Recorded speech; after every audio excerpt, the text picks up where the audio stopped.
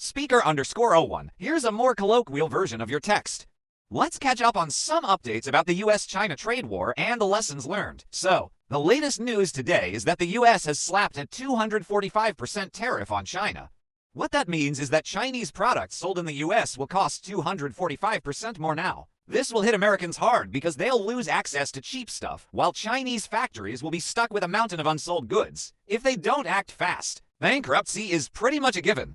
One of their responses, lately, on TikTok, a bunch of factories that make luxury goods for brands have come forward to reveal where these products actually come from. Turns out, around 80% of Europe's luxury products are made in China at dirt cheap prices, and then they slap on a brand name and charge a fortune for them.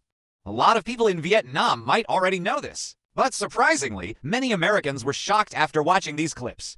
They had no idea those luxury items were produced in China for so little. As a result, in just a few days, a Chinese app for buying high-end goods business-to-business B2B got a massive boost in downloads in the US, second only to Zata.gbt, and buying on this app helps dodge that 245% tax. This highlights a big gap between how Chinese and American consumers view things. China is considered the world's factory, and their manufacturing sector is very well developed, so they have a clear grasp of production costs. Meanwhile, many Americans find the concept of production cost relative to the total price of a product pretty fuzzy. Speaking of consumer attitudes, let me touch on how young people in China think.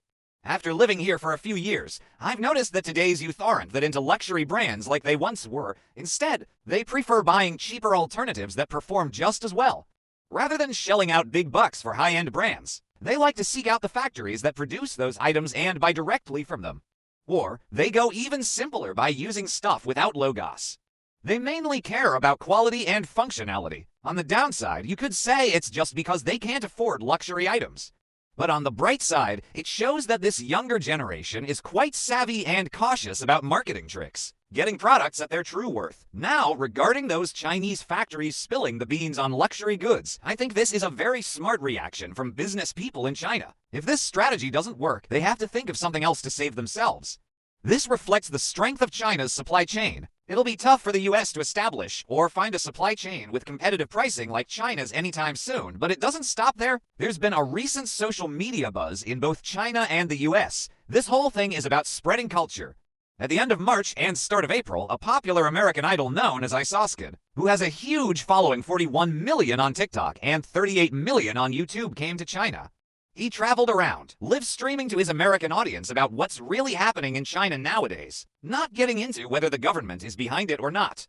With just a few clips, he completely changed how some Americans view China. Under his posts, many Americans expressed their surprise at how fast things are progressing there.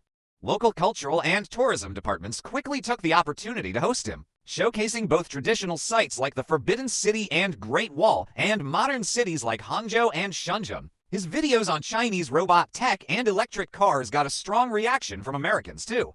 When he experienced a Chinese electric car with 1,500 horsepower priced at around $700,000, he exclaimed it outperformed his Lamborghini, sparking questions about why such good and affordable cars aren't sold in the US. He live streamed for 6 hours straight, whether on high-speed trains or busy streets, with perfect 4K video and no lag. People were really impressed with the internet speed in China. The clips showed clean streets, safety, and friendly locals, which resonated with many viewers. After watching, quite a few Americans wanted to visit China or even live there. China knows how to leverage the influence of idols to promote cultural tourism, and this time, it was an American idol. He also signed up for a certain platform and quickly gained 5 million followers. Let's consider this as his personal journey. But remember, the Chinese government has also implemented many programs to attract foreign tourists, like a 240-hour visa exemption for travelers and instant tax refunds, making it easier for American visitors to shop directly in China. If Americans can't buy Chinese products in the US, they'll find a way to come to China to buy them directly. In conclusion, from my perspective as an observer, I don't feel a strong sense of nationalism from Chinese people, nor do I completely grasp the shock Americans feel. What stands out to me is the quick thinking and decisive actions of business people trying to save themselves in tough times. Also, the cultural promotion spirit is crucial. What do you all think? Let's discuss.